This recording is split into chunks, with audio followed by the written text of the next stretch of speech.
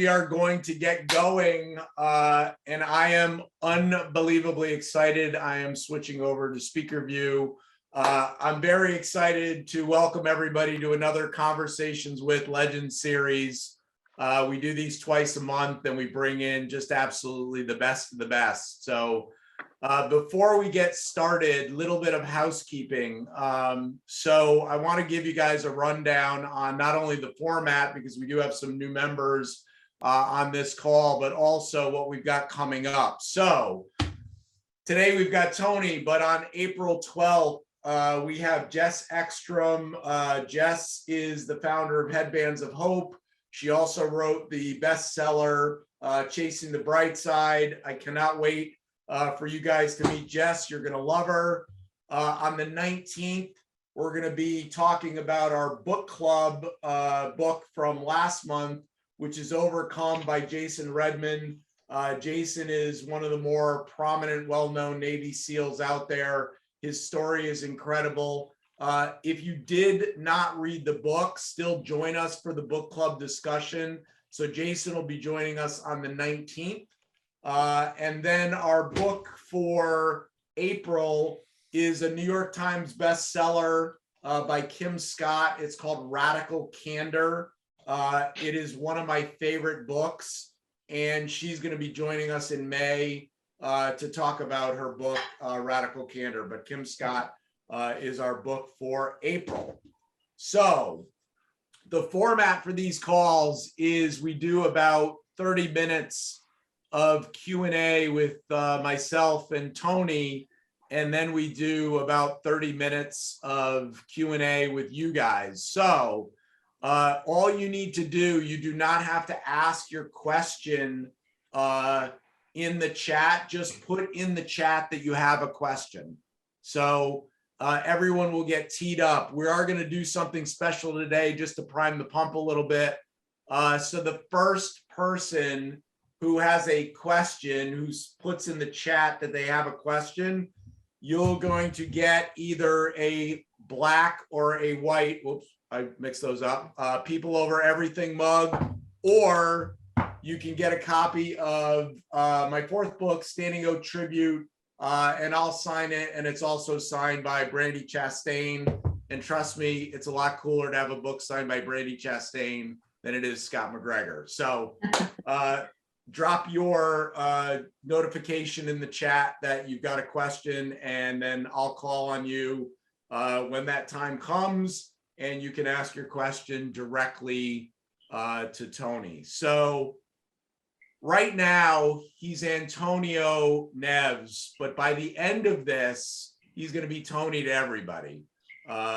So I am super, super grateful that Tony's joined us today. For those of you who don't know Tony and a little bit of his backstory, Tony's a keynote speaker. He's spoken to Google, he's spoken to Amazon, he's spoken to Visa, he's spoken at Stanford. Not too shabby. He's been featured on the Today Show. He's been featured on PBS. He's been in Forbes. He's been in Inc. He spent 10 years as an award-winning journalist, and he spent another decade as a certified coach, helping people to reboot, reset, and refuel. He's a four-time author. His latest book is absolutely incredible. It's Stop Living on Autopilot. I'm obsessed with this book, so we are going to talk a little bit about it. He's the host of the Antonio Neves Show. He's a former D1 athlete.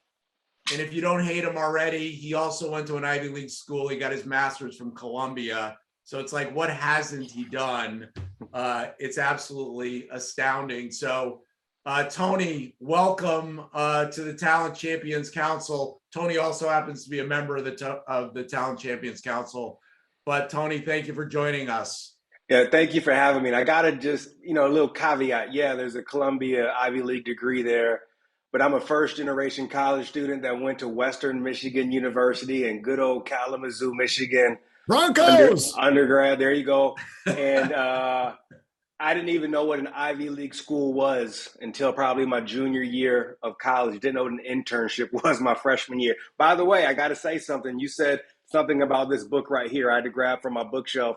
Jess Ekstrom is an amazing dear friend of mine, known her for 10 years, and the powerhouses you have lined up for this are just ridiculous. We've got a good group, and we are absolutely honored to have you here today. So I have so many questions. I literally could monopolize this entire hour, which I promise I'm not going to do. But this book is so powerful.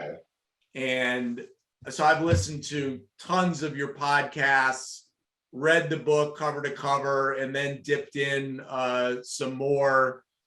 And it just, I see so many people, I think, that are living on autopilot. I don't know if the pandemic enhanced that a little bit. Maybe it did.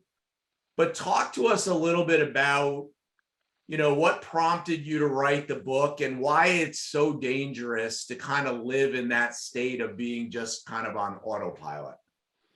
Yeah, so of course it came from something personal. I'm going to rewind about 7 years. 7 years ago, according to the internet, Antonio Neves was living his best life ever. As you mentioned, I'd been a reporter, correspondent in New York City for over 10 years.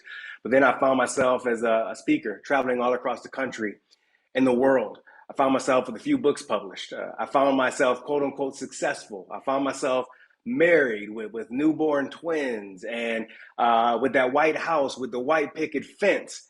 And I'm not trying to get anyone jealous on this call, but I also was driving a sexy Honda Odyssey minivan. Okay. So according to, what society says, I was living the dream. But what we have to remind ourselves is that the internet tells a story, but it can never tell the whole story.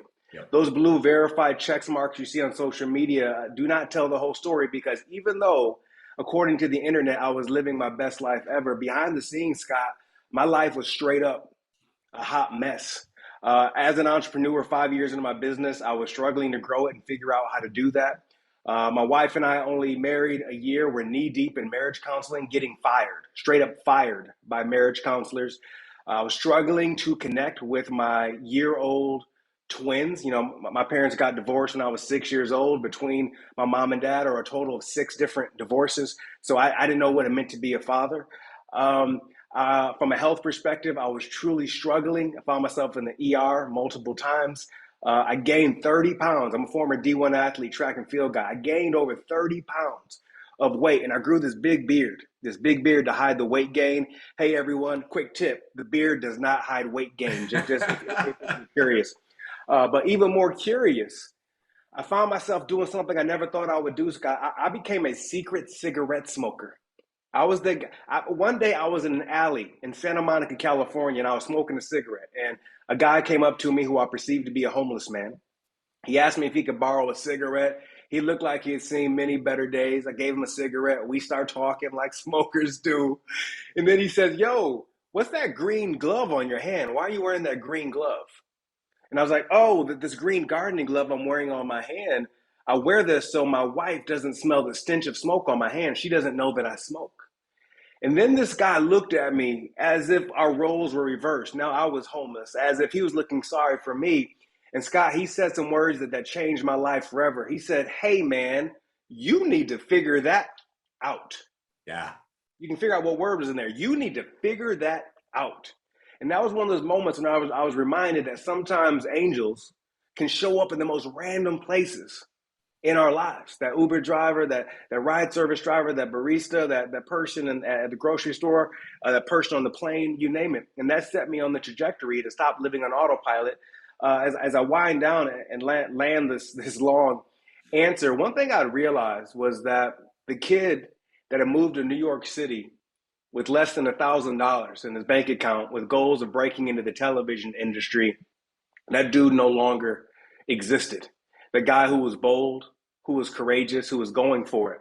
I know you love sports. I'd reached a point in life, we've all watched that game when your favorite football team is up 30-0 at halftime. Tony, I'm a But then Vikings fan. I don't know what the hell you're talking about, but go you know ahead. what I'm talking about. They, Your team is up 30-0 at halftime. Then next thing you know, it's the fourth quarter, 2 minutes to go. What happened? It's 30-28. What happened? In the first half of the game, your team came out playing to win. Second half of the game, they came out playing not to lose. I'd reached a point in my life when, according to the internet, I was living my best life ever, where I was holding on tight, playing not to lose as opposed to playing to win. And I had to recommit. I had to recommit to those things that I said were most important in my life. And I know a lot of people, as I speak across the country, virtually and in person, they connect to that story, and they know what it means to live on autopilot. It's amazing. One of the things that just jumped out at me, and I don't know if I read it I know it in the book and on podcast, but the concept of looking back on your last 30 days, personally and professionally, tell everybody about that. I think that is such an amazing concept. It floored me when I read it. I loved it. Yeah, I've been coaching professionals, men and women with the title of director, vice president, senior vice president, managers over the years. And when I started using this tool, I knew I was on to something. The last 30 days give us such an amazing indicator of where we are or where we are not heading in our life. Right now, if you happen to be employed or if you happen to have your own business, think about this question right here. Based on your last 30 days at work, if your boss had to make a decision to rehire you, would they immediately say yes? Or would there be some hesitation based on how you've shown up the past 30 days? If you happen to be a business owner, you're self-employed, if you had a board of directors, based on how you showed up the past 30 days, would that board of directors say, we want to keep you on as CEO of owner of this company? Another way to look at the last 30 days, for those of you who happen to be in relationships, you're married, you have a spouse, partner, significant other, I want y'all to buckle up for this question because this is where it gets real. Based on the last 30 days of your relationship, if your partner had to recommit to you based on how you showed up the past 30 days, would they say, hell yeah, I'm all in? Or would they say, hold up, you know what? Based on the last 30 days, I don't know if I can recommit to you. We can look at parenting. Would your kids recommit to you being their mother or their father? Or would they say, you know what, mom, dad, you've had this phone between me and you far too often. You've said, give me 5 minutes far too often. We can look at the last 30 days, Scott, as it relates to our work, our relationships that matter most, parenting, our health, our fitness, and beyond. And I just want to dig deeper on the career aspect of things because I want everyone right now, if you happen to be in a job right now, or you started a company, but think back to when you were interviewing for the current job that you are in. Think back to how bad you wanted that job and how excited you were when you got to round 2 and you got to round 3 of that job interview process. Think about when you got that call, you found out you were a finalist. And think about when you found out you got the job, how excited you were, you couldn't wait to put in your notice, you wanted to celebrate, etc. And think about how you showed up on day 1 of that new job, week 1, month 1, etc. The question I have for you right now is how much of that person still exists? Are we still bringing that day 1 energy to those things that matter most? Our work, our relationships, our health, our fitness, and beyond. Even better, we can go deeper. I want you to think about what are some of the things that you stopped doing that got you to where you are today. What's amazing, Scott, I coach these amazing executives across the country, and they typically find me when they onboard into a new role with a lot more responsibility. And what happens is these are the folks, they were playing to win, which got them that director job, that got them that vice president job. Then all of a sudden they land this amazing job, and what do, Scott? They stopped doing all the things that got them there. At one point they were approaching life like this, work like this, then all of a sudden that they're holding on for dear life. And I get in trouble when my wife sometimes overhears me talking about this because she's like, "Hey, last 30 days, am I going to recommit to you based on the last 30 days?" So again, folks, the last 30 days are a great indicator of where we are or are not heading in our life. You said something really interesting in a podcast that I was listening to, and you said, be your biggest angel investor. And it was another one of those things I was like, damn, that is so profound. Talk a little bit about what you meant, and maybe also the importance of building your team, because I think there is a little bit of a tie-in between the two. And I know that, that's not only in the book, but something that you talk about quite a bit. Yeah, it's amazing in this day and age, and I know this personally. It's like we have to wait for someone else to endorse us to be willing to do the work. I think back to famous artists over the years, whether we're talking about writers like Harper Lee, or we're talking about Picasso, or we're talking about Mozart or James Baldwin. All of them had some type of patron or benefactor that supported the work that they would do. And what I like to remind people as well is that we all have patrons and benefactors as well. Most of the time, our patrons and our benefactors are our full-time jobs. That's our patron, that's our benefactor. A dear friend of mine, Mitch Matthews, once told me, he said, your dream job is a job that you absolutely love, or one that allows you to do what you love. I just think that, I'm, one thing about this book is that, and one thing about who I am as a person, Scott, in our previous calls, you probably got a glimpse of this. I'm the dude that keeps it real. This book isn't another one of those books that's just a pat on the back. Everything's going to be okay. This book is direct. It's raw. It will remind all of us that our dreams have an expiration date. I think we forget that our dreams have an expiration date if we do not act on them. People in our lives will tell us things like, oh, don't worry. It's never too late. And the truth is, it may never be too late. And the longer we wait, the harder it gets, right? People also will say things like, if things don't work out, oh, well maybe it wasn't meant to be. My remix to that is, was it not meant to be, or did you give up? Were you willing to be your biggest angel investor? Were you willing to be your biggest benefactor? We're this Kickstarter generation. We're this GoFundMe generation, which those things are cool, but sometimes we got to kickstart ourselves. We have to go fund ourselves as well. Our dreams have an expiration date, and I have to remind myself of that every single day. And by the way, I'm not saying all this, Scott, from a guy that knows everything. I'm a coach. I ask questions first and foremost. I'll tell you when I'm shifting into a consultant mode, but I'm a coach. But everything you ever see me share on social media and beyond, and my podcast as well, best believe that message was for me first. Yeah. Someone told me a long time ago, they said, hey, the audience comes last. That message is for me. And so even being a benefactor and an angel investor, I said this to you, I think, on a comment, Scott. Sometimes you have to write a check. Mm-hmm. Sometimes you have to write a check to be in a group around amazing allies like this. Sometimes you have to write a check to take that trip, to attend that conference or that event. Sometimes you have to write a check to work with that coach. I'm a firm believer that an energetic shift happens when we're willing to put our money on the line to invest in ourselves, but we find so many reasons not to.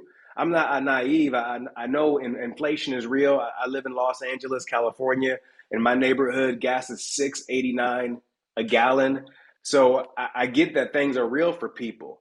But, we have to be willing to invest in ourselves before anyone else will be willing to invest in us. And one thing I love right now, seeing all these faces on the screen and knowing how many people are going to watch this at a later time as well, is what we're doing right now is that we're surrounded in my book by what I like to call allies of glory. I want to tell you a quick sports story. Is that okay, Scott? 1,000%. When I was an undergrad at Western Michigan University, I walked on the track and field team. And if you don't know what a walk-on is, essentially you try out for the team, and if you're lucky enough, you get a spot on the roster, but you don't have a scholarship. So I tried out for the track and field team, was lucky enough to make it. After 2 years of being on the track and field team, I was doing absolutely horrible. And the reason why I knew I was doing absolutely horrible is because one day my head coach, Jack Shaw, rest in peace, came up to me in practice and said, Tony, you're doing absolutely horrible. That's how I knew. He was direct, raw, to the point. He didn't beat around the bush. But he did something that a lot of folks don't do these days. He made a decision, instead of just calling me out, to call me up. For those of you who lead people, who manage people, you have kids, etc., there is a distinction between calling someone out and calling someone up. Calling someone up empowers them. It encourages them and beyond. So pay close attention to your language and ask yourself, is that calling out or calling up? What Coach Shaw did in that moment is he pointed out to two athletes on the track. And he said, I don't know if you know this, but two of these athletes, these are two of the best athletes in the country. One would go on to compete in the Olympics. Another one would go on to compete in multiple world championships. He said, and in the 2 years that you've been on this team, not once have I seen you spend any time with them. He said, instead, you're hanging out with those guys, and he points over to the high jump mat where a lot of guys are laying back, laughing, having a good time. Not bad people, but now all Americans. And then Coach Shaw just walked away. And Coach Shaw introduced me to this concept of thieves and allies. I believe thieves are people that don't encourage you, that don't inspire you, that don't challenge you, that don't push you, that don't hold you accountable, and don't test you to be the best version of yourself. Thieves are those people that my good friend John Gordon, the author, calls energy vampires. They wear you out. Thieves are those people that always have drama going on in their lives. Like, who has a friend or somebody in your life, every time they call you, the first thing they say is, you're not going to believe what just happened to me. And you're like, why are things always happening to you and no one else? But we can also spend time with allies. Allies of glory are those people that do encourage you, that do inspire you, that do challenge you, that do push you and hold you accountable to be the best versions of yourself, right? They don't have drama going on. They have good things going on. When you spend time with them, you walk away fired up. So a question I have for all of us is right now just to think about the 5 people you spend the most time with, the 5 people you interact with most on this, and ask yourself a simple but challenging question. Do they make you better? Yep. Do they make you better, or do they keep you standing still exactly where you are? And if you don't have that type of community, because people say, hey, Antonio, I hear you. I have a whole chapter called How to Build Your Team and Stop Living on Autopilot. I hear you, Antonio, that's great, but you don't understand. I don't have those people in my community. I don't have those people around me. Well, guess what? Look around. Look at all these squares right now. These folks are here right now. I've had to learn over the course of my life that allies aren't always going to be your best friends. These aren't going to be people you kick it with every single day, you talk with every single day, but when you connect, you build, you propel yourself forward. Good things happen. And that's why I'm so glad to be part of this and other groups where I write a check on a regular basis, as a coach to participate in things like this, because these are things that make me better. A long answer, Scott, but that's what landed for me. It's so important. And Tony does something which we won't get into now. So, listen to a podcast or read the book, that he does. I think it's once a week in the morning with a group of men. And I think that's a bit of what you're talking about. Another thing, and I know this is just random, but there are certain things that you talk about that just really resonate with me. And one of them that I keep hearing is finish something, and the importance of finishing something. Talk to us a little bit about that. Yeah, I love this constant refrain we hear in society, like this badge of honor that people say, "Oh, I'm crazy. How you doing? Crazy busy. I'm crazy, crazy busy." It's like you want me to give you a high five? You're doing something wrong in my book if you're crazy busy. Not to discount folks that do have a lot of responsibilities. Don't get me wrong. But again, this is where people sometimes give me the stank face when I say things like this, but that means I'm moving in the right direction typically. I have found in my experience as a coach and beyond that most people aren't crazy busy, Scott. They are simply distracted and lack focus. Yep. Straight up, they are distracted and lack focus. There's a great quote attributed to Jim Collins, author of the amazing book Good to Great, and a few others. And he says something to the tune of, if you have more than 3 priorities, then you don't have any. If you have more than 3 priorities, then you don't have any.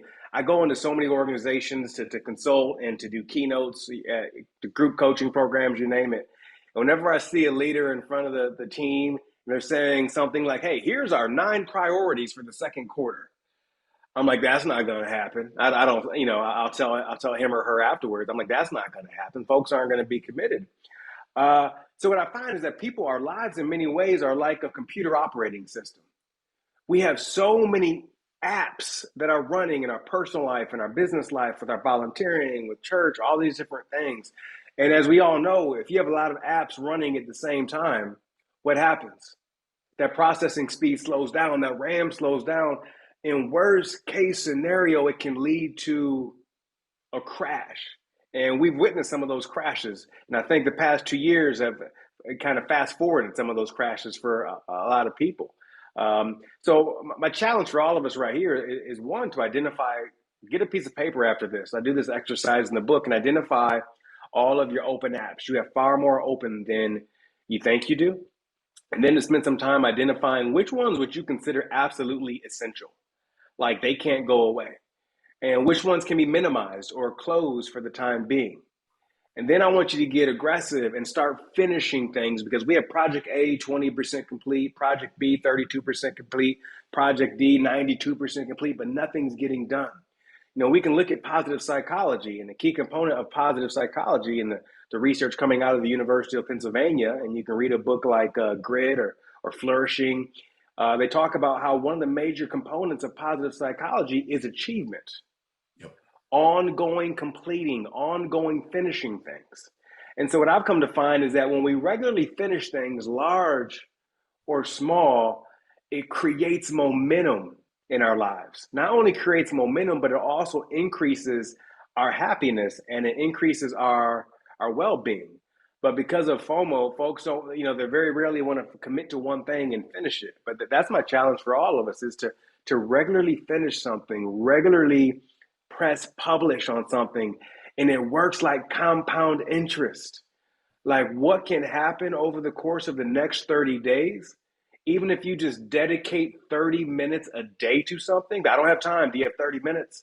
Everyone has 30 minutes in my book. That's 3.5 hours a week, right? What you can accomplish over the course of a month, whether you're writing a book, home improvement project, we can give endless examples where you can be in 30 days is in a drastically different place. And yeah, it may require some sacrifice. I don't say this to brag. I'm up every day at 4:30 or 4:45. I don't need a high five for that. I do that because I need to work out before my kids get up and before I take them to school when I'm in town. Every hour that goes by in the day that if I don't work out, the odds of it actually happening are decreasing. But that also means I live a sexy life. That means I'm in bed at 9 o'clock most days of the week. People, by the way, Scott, they always say, what time do you get up? Nobody says, what time do you go to bed? That's the magic right there. It is. So Joe DeSeno is a buddy of mine and runs Spartan. He was saying the other day that we have it all wrong. You should have an alarm clock, not to get up, but an alarm clock to go to bed. That's it. Like, ooh, that's so true. So true.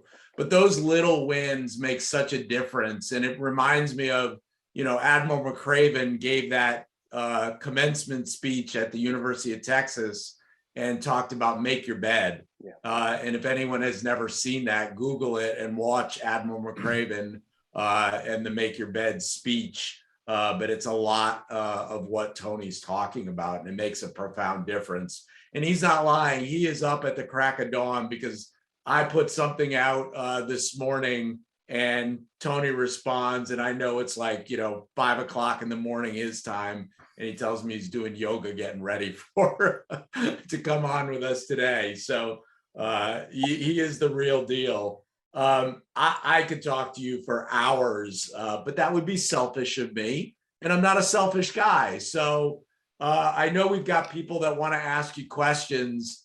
And I think the first person we're going to Tim in Connecticut. Tim.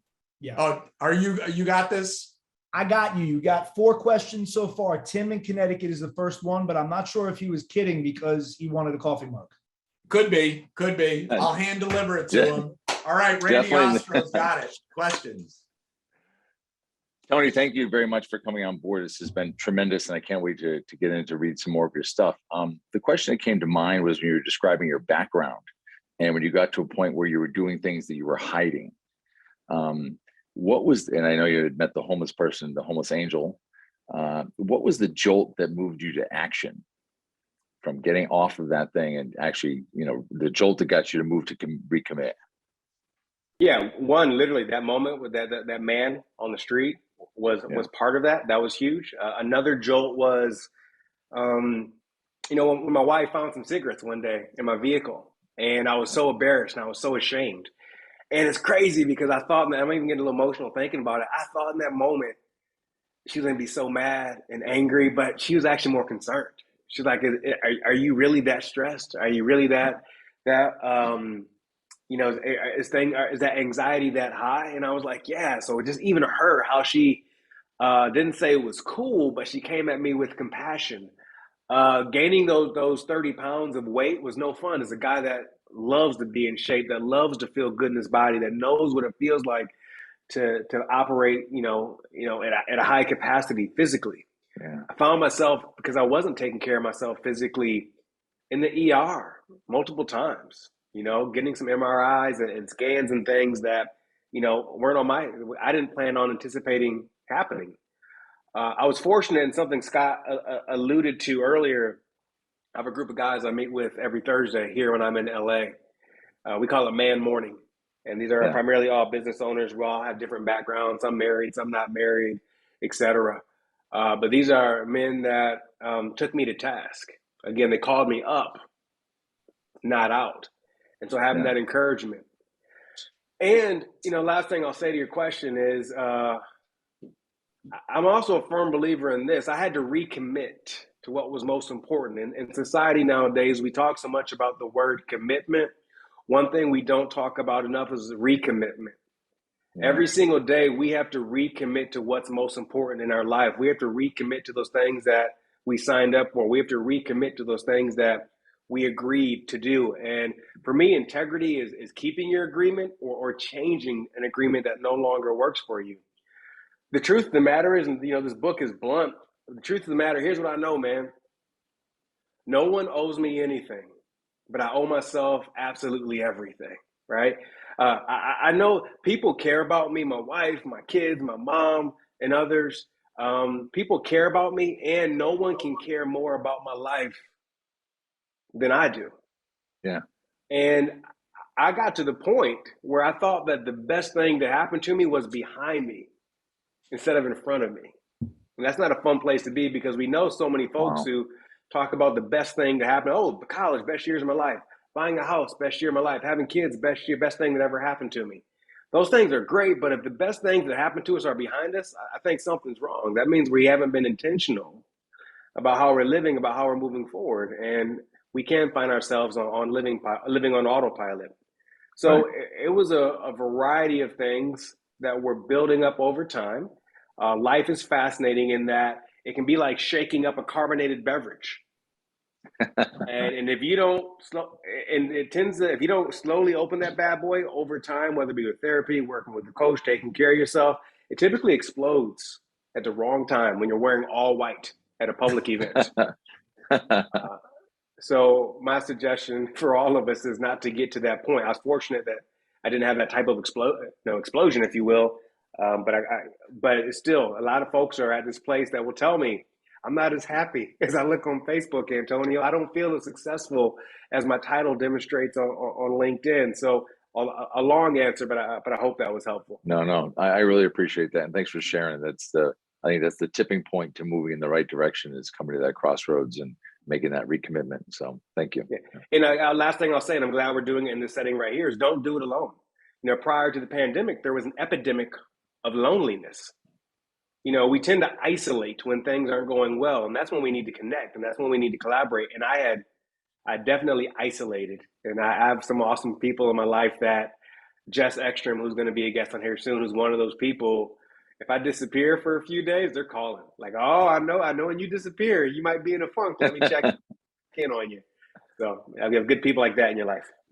I love that. Thank you. Yeah. God, you've got Cindy in Tennessee next.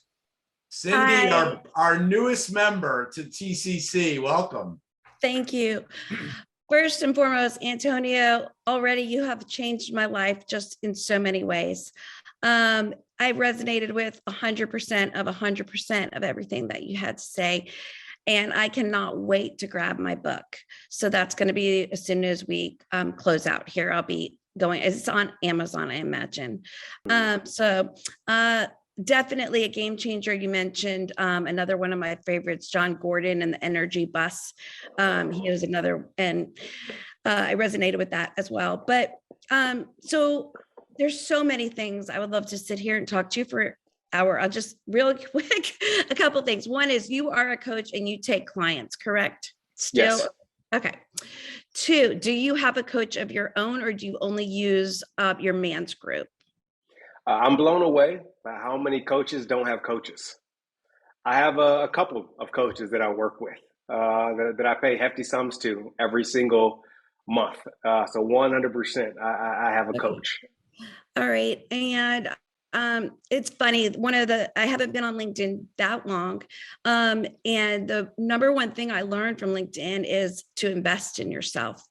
Like that, honestly, and I have a master's degree. I mean, was a new concept for me. So I think that is interesting that, you know, how much you promote that. And I believe in that now, wasn't always, didn't even think about it. Like what I said, never even came up as a thought. My last question to you is, I love the part when you said about there is an expiration date, because I'm a firm believer in time is limited. We can't get it back. And I am on the other side of 50. So, and starting finally doing the dream that I've had in my head for a long time, which is I'm currently writing a book, and my dream is to be doing what you're doing right now. So with that said, my last question is, did you memorize, well, it's a double question, then I will be quiet. Did you memorize your speech today, or in general, do you? And two, do you have to have the book ahead of time before you can speak for credibility? Done. All right. Well, first, thank you for everything that you just said and your kind words. And if I forget something, jump in, remind me which one you asked, the questions you asked. I got to say something about John Gordon real quick, who's a good friend. Talk about friends. One time I found myself at Jacksonville Airport about to catch a connection to Atlanta. I looked across and there goes John Gordon. We're on the same flight, random. We're sitting next to each other on the plane. This is before my book came out. And he's like, I was telling him about my idea for this book. And on that flight from Jacksonville to Atlanta, John Gordon said, let's outline your book right now. And so he just sat there with me and we outlined the book together, and we outlined a book, a whole other 55,000 word book that did not come out that ended up leading to this one.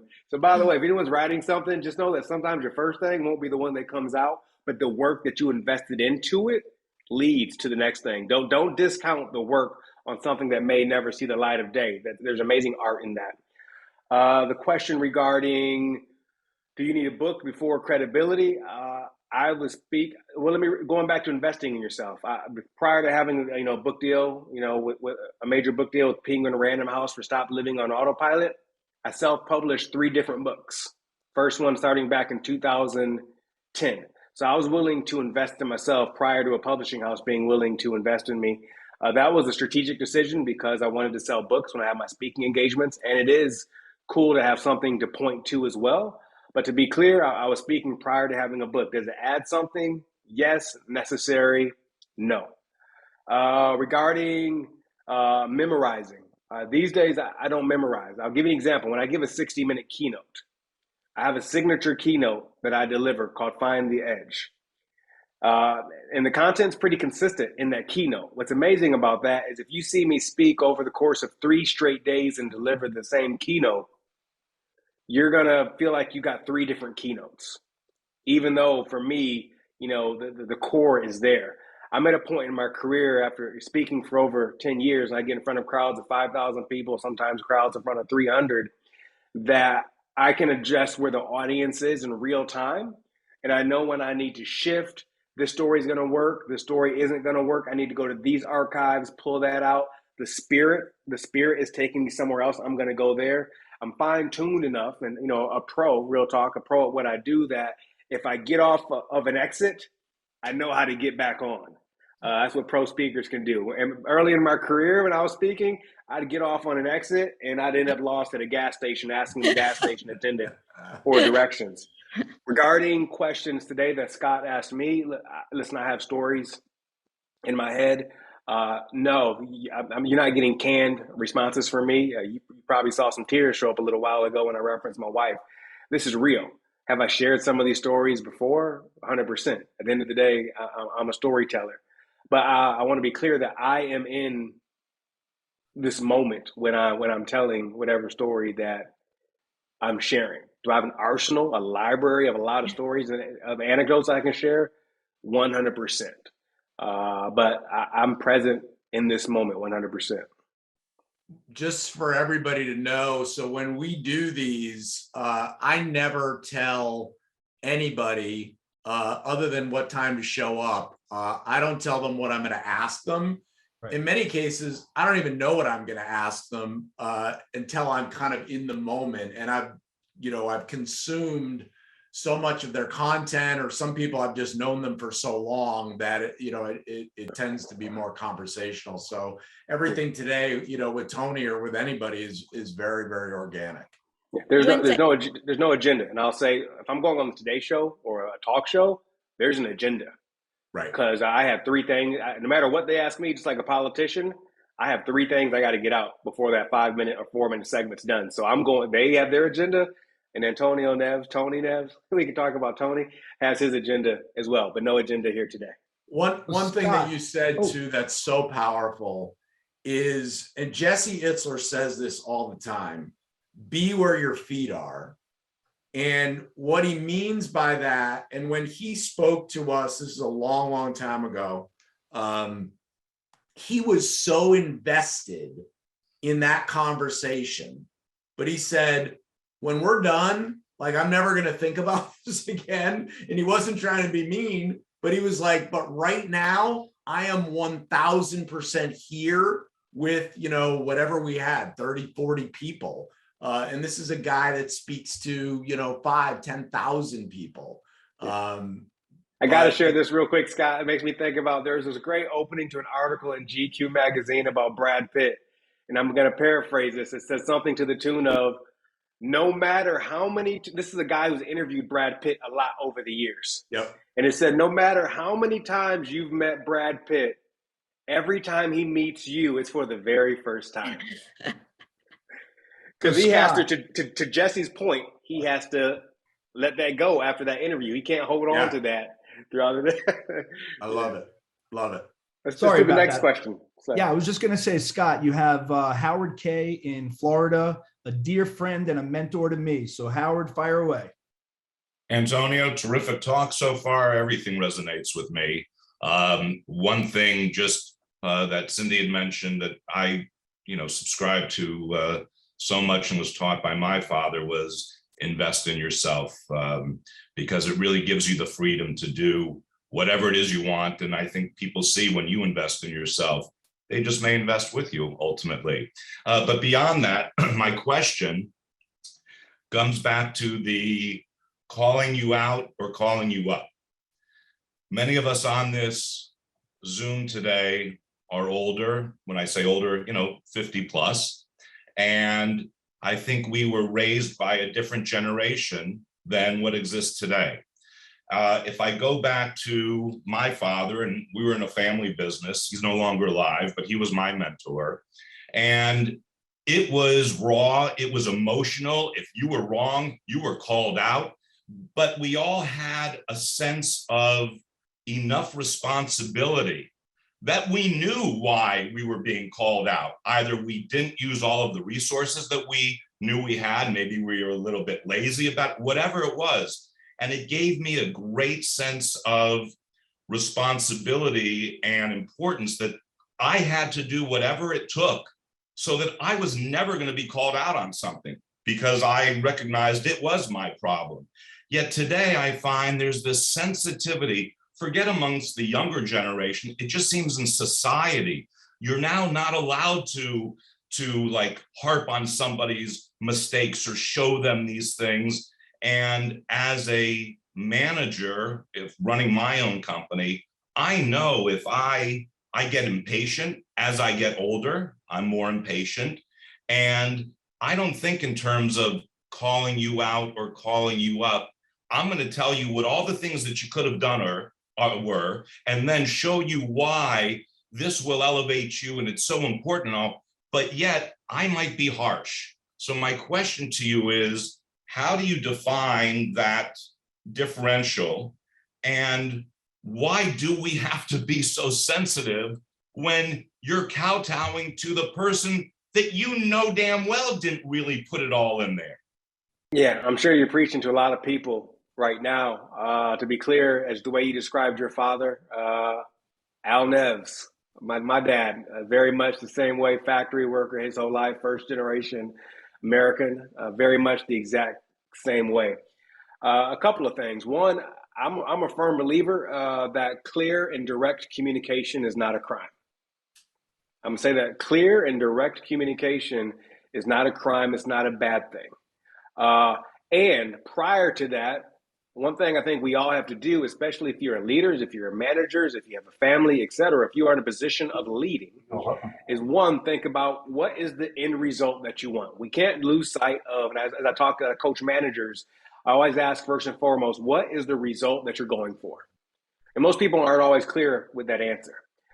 Second, I think something that's ridiculously important is being willing to set clear expectations of how things work and what the expectations are of others. I found with a lot of organizations, unfortunately, in the onboarding process specifically, we don't talk enough about communication. We don't talk about clear expectations, what standards people are going to be held accountable to. We're working so hard to make our workplace so attractive that somewhere we lose the real honest conversation that needs to happen. Something else that doesn't happen a lot, over the years, I'm an administrator of the Myers-Briggs type indicator assessment. I don't do that very much these days nowadays, but I think it is important in some capacity to know how people like to receive communication best. So when I'm doing workshops or facilitating with teams or doing group coaching with leadership teams, a lot of times we spend a good portion of our day talking about how people like to receive feedback. And you learn a lot in those moments. And don't get me wrong, I'm not naive. Sometimes I don't have time to deliver you feedback exactly the way you want it because chaos is going on and we have things that have to get done. But if I know putting employee Y on the spot is a bad thing because they need time to actually process, I'm hurting myself and hurting them. So just knowing how each person is going to receive information completely differently, and if you can adjust based on that. And if you don't know how that person receives it, if they shut down, obviously the way you delivered it isn't the best way. I think another last thing to think about, and what you're talking about, by the way, is a challenge so many managers and leaders have right now, is how we frame things. So even the way you framed your example, you said something goes wrong, you tell an employee what they did wrong, and then you explain to them kind of the right way to do it. So a lot of times what we do is, by the way, the word that puts people on their heels and make them defensive immediately is the word why. If you want to get somebody's fist up, if you want to make them defensive, say, why did you do it like that? All of a sudden their dukes are going up. One thing we all can get better at in terms of calling people up is asking better questions. So an example of, instead of saying, why did you do it like that? We can say something like, I see you decided to do X. Tell me about how you came to that decision. And then we give them opportunity to actually share how they came to that decision. And then guess what you can do as an expert, as someone with experience, you can see where the breakdown was in their process. The breakdown was in their decision making. So we go so quickly to correcting that we forget the understanding aspect of things. And I get it, we're very similar. We don't have a lot of patience. But again, going back to what is the end goal, what is the desired outcome? Do we want long tenured employees or short tenured employees? When we ask great questions that don't put people on the defensive, it allows them to open up as well. It's huge. And when did we get, if you want to call it, if I want to say the word sensitive, when do we find ourselves like getting so defensive? I don't know when that transition, when it happened. Maybe when everybody got access to a microphone that is called the phone and they could share. I don't know. But just in summary, I would say be clear on what the end outcome is that you want.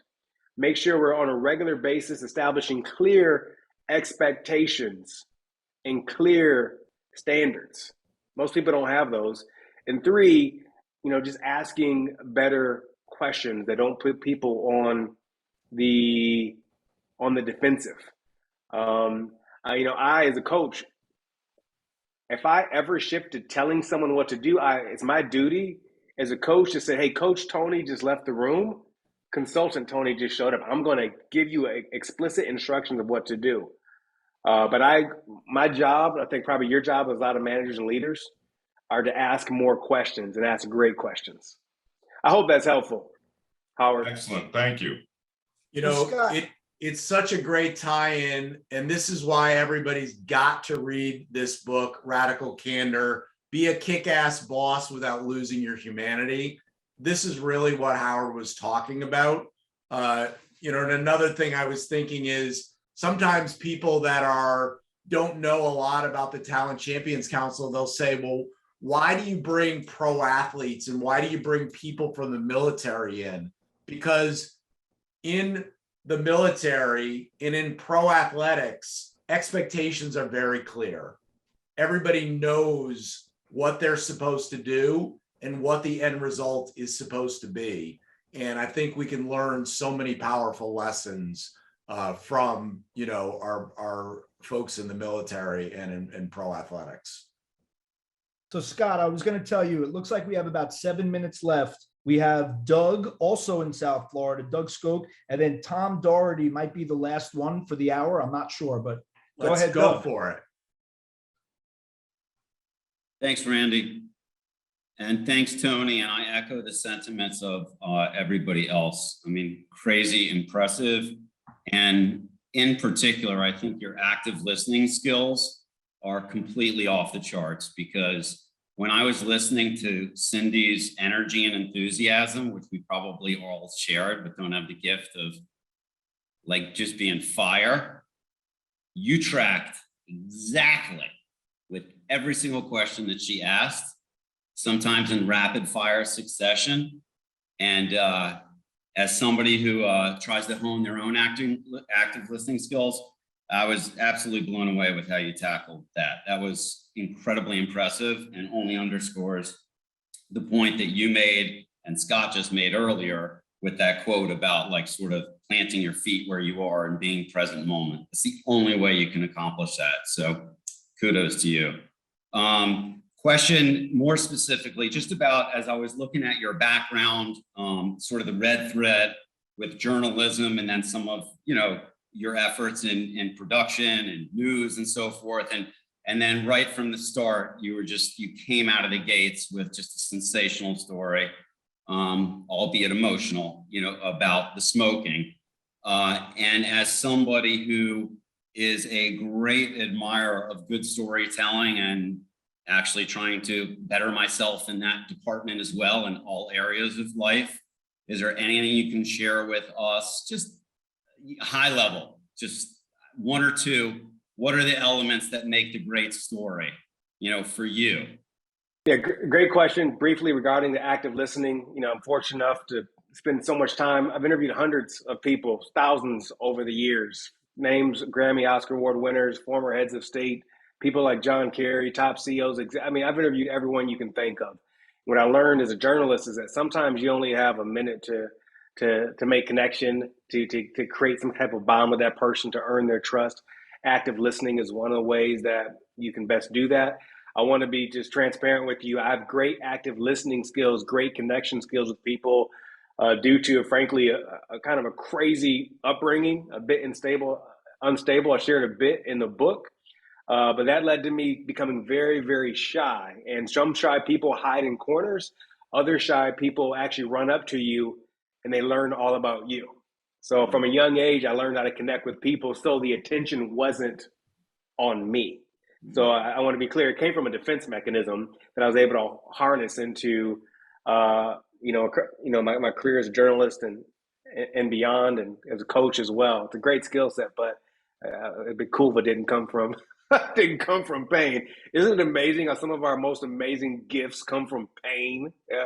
That's another subject for another day, Scott.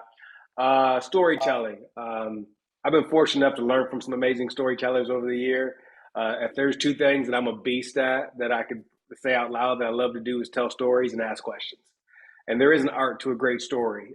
First and foremost, I learned this in television because sometimes I was on live TV, whether it's NBC or PBS, a news hour, 30 seconds, 60 seconds, 90 seconds. And people think that's not a lot of time, but you can tell you can get a lot of information across in a short amount of time if you know what you're doing. First and foremost, something I would share, Doug, is have a clear beginning, middle, and end to a story. Very rarely do people have a clear beginning, middle, and end. Again, know where you are going with your story. Best advice I got when I was doing live TV after one of my news directors told me one of my live hits sucked was, he said, "Do you know where you were going?" He's like, "Do you even know where you were going for that minute?" I was like, "No." He's like, "Exactly. Know where your destination is."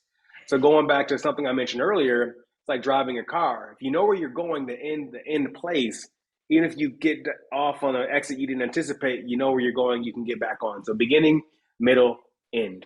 I'll tell you something that very rarely does a chronological story go well. Like, tell me about yourself. Well, I was born in this town and I went to this university, and that recruiter already is not paying attention. You got to, if you ever see me deliver a keynote, I learned this from Simon Sinek when we were sharing a stage once. He hits the stage. Simon Sinek isn't wasting time saying, "Thank you, everyone. It's an honor to be here. What a beautiful venue." He, bam, hits you right in the face with a story. When I jump on a stage, I'm not wasting time. I'm hitting you with a story that's compelling, getting you to lean forward right away. So very rarely is the chronological story the way in. A great device when it comes to journalism. If you read newspaper articles or magazine articles, let's say it's about the unemployment rate increasing. Just an example. Very rarely will an article start with, "Last week, the Department of Labor reported that unemployment increased to 9.4%. You never hear that. That's boring. I'm going to go to sleep. What do you hear? John Smith worked for the same factory for over 20 years in Muncie, Indiana. He never thought the day that it would come that he would find out he would lose his job." That's exactly what happened last week when he lost his job and the unemployment rate went down. But you get with that human story first. I didn't do a good job there, but you see the point that I'm saying, right? Last thing I'll say, I could tell you so much now. If you DM me on Instagram or LinkedIn, I'll thank some books that are great on this. I learned this when I was in grad school at Columbia. A professor told me, he said, "Tell a story, not the whole story." And that changed the game for me with my story, with my storytelling on stages. Like, my wife will say things, "Well, you left a lot out," or "You 100% I did," because I need to keep these folks locked in and keep it compelling. Tell a story, not the whole story, and also have some fun, right? Like, you got to enjoy yourself. I've learned a long time ago that if I'm not having fun on a stage, if I'm not having fun in this audience, they're not having fun either. So I hope if DM me on LinkedIn, I probably got on my bookshelf over here probably a few books that you would really, really enjoy. Hey, One thing that everybody can Scott. do. Oh, Hey, go Scott, ahead. Can I just real quick talking about storytelling? Sorry to jump out of line, but one little trick for storytelling, if you really want to sink the hook early, ready? When you start a story, you go like this. "So there I was." And then whatever you want to say, man, you're good to go. You got them set up, baby. I love it. I love it. Scott, So I was just going to say, I don't know if you have time for Tom for one more. we do. I'm good. Just so you know, Scott, I don't have a heart out. I'm okay. Perfect. And thank you so much. So we had Dr. Dennis Rebello, guys, join us. This is probably 6-8 months ago. He wrote an incredible book called Story Like You Mean It. That's in the archive. So if you go to the Talent Champions Council website, you go to the Knowledge Center, you can go back to the first conversation we had with Dick Vermeil about team building and culture, or you can go see Dr. Dennis Rebello's conversation about Story Like You Mean It. I think for anyone who's interested in great storytelling, it's really a memorable hour. Scott, right. that'd be a cool thing to do with the group, is to do storytelling as an exercise with the TCC. Everybody do a 1-minute story and we all kind of help each other. Because if you could tell a good story, man, you could sink the hook in any meeting, in any situation. That's just kind of my thought. Tim Jacobs posted that game recently on LinkedIn as well, so I thought was really cool. You get a couple of cards and you have to define a story. You have 10 minutes to write a story based on those 3 cards. I thought, what a great way to work with that creativity. Very cool. Maybe we'll do that in a champions chat. Yeah. Tom, you're up. Last question of the day. So there I was. Antonio, all of this has been excellent. I think one of the things which was great was the 30-day review. How have I been the last 30 days? I think that's eye-opening for a lot of us. I used to joke with my sons, when they did something right, you can stay another week. And that became like a key thing for us for a long time. So we had a lot of focus over, hey, well, Dad, this was so good. Can I stay 2 weeks? But my question for you is around, you're certainly an A performer. You've been very accomplished in a lot of different areas. What was the mental toll like that when you weren't being an A performer? You were getting fat, you were smoking, you were hiding, essentially. What was the mental toll like? And I know you talked about having the angel kind of kick you out of it, but was there a coach that helped start to bring you out of it? Did you start to have accomplishments? How did you get off the X? Yeah, the mental toll was heavy. I mean, look, it manifested in disconnection. Disconnection is the key word. Disconnection with myself, disconnection with my wife, disconnection with my kids. It manifested with the smoking, as I mentioned. That's the drinking, that you can have maybe that extra drink you don't need in the evening just to turn the brain off a little bit. It's those moments when, Netflix asks that really offensive question, are you still watching, when you're like zoning out and what you're doing. Again, I'd say the key thing that made the big difference for me was I did have that, if you want, for lack of better terms, that I come to Jesus talk with myself and reminding myself that I had to say this and that I had to do something. To be more visceral about it. I knew also, man, I could have lost my family. I think if things progressed, if I kept that disconnection going on, there were real struggles at home. And I'm a guy that between my mom and dad are 6 different divorces. I know sometimes divorces have to happen. So I'm not saying that they don't happen and people don't end up better off for them.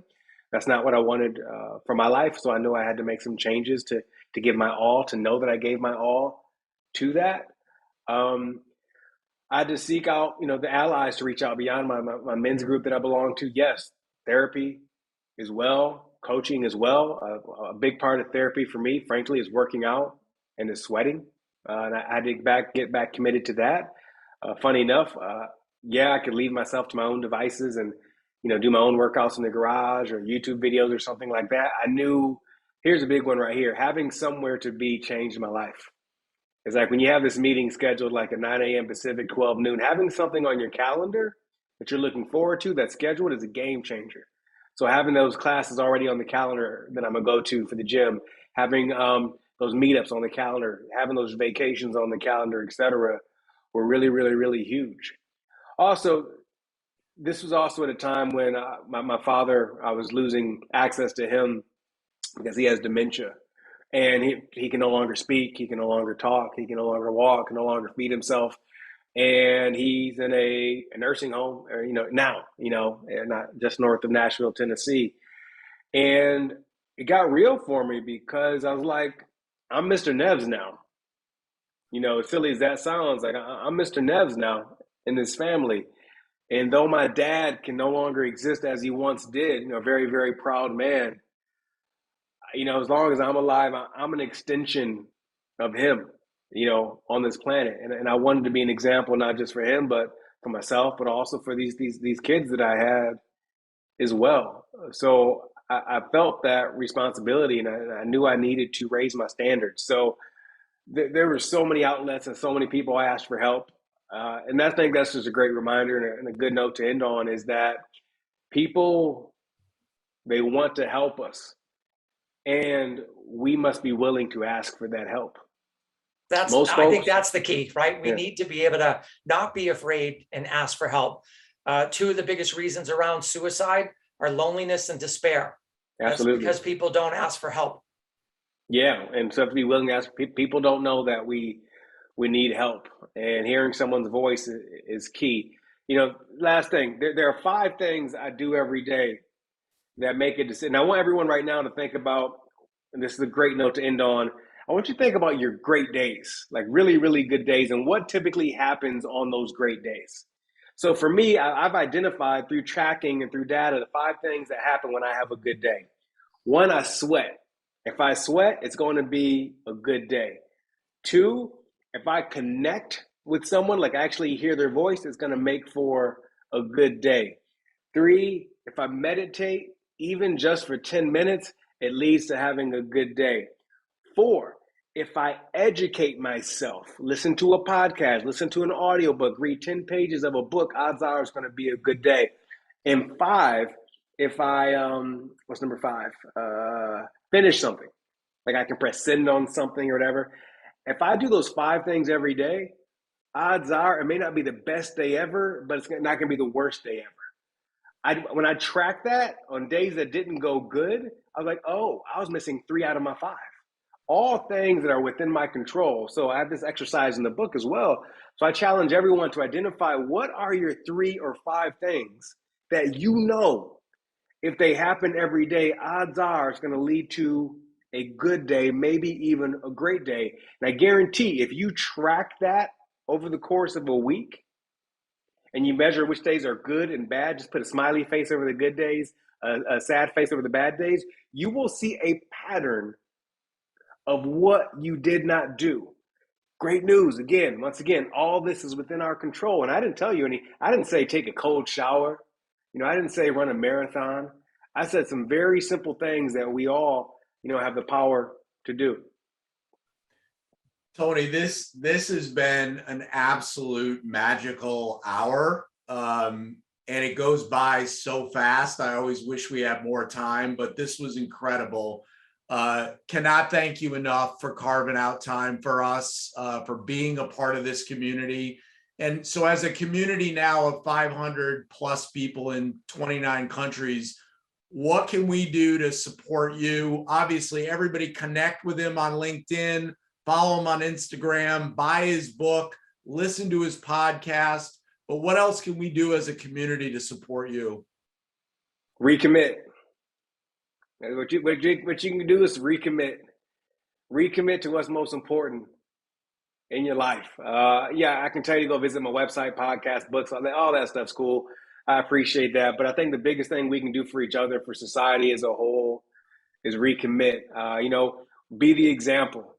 In a day and age when we got the past couple of years, we've talked so much, Scott, about things being contagious. Yeah. I want to remind everyone that a great attitude is also contagious. Absolutely. I want to remind everyone that a good work ethic is also contagious. I want to remind everyone that strong standards and discipline, those things are contagious as well. So just be the example. Recommit. Those are the things that I would say. Yep. Be like Tony. I mean, I tell you, the first conversation we had, I was like, man, this is my kind of guy. Like, holy cow, off the charts, amazing. And, it was an absolute honor to be able to share your wisdom with our group. So I know you've got a busy day. I know that most of you have a busy day. Some of us are going to hang out for a little bit of post game. So feel free to hang out. We've got a couple minutes afterwards, but Tony, thanks again. Really, really appreciate it. Hey, I appreciate all of you so much. I look forward to continuing the conversations on LinkedIn, and I'll see you in here as well because I'm a member. I wrote a check every single month. I invest in I didn't write a check, but I'll see you all in here soon. I look forward to joining you. Thanks, Tony. Thank you all.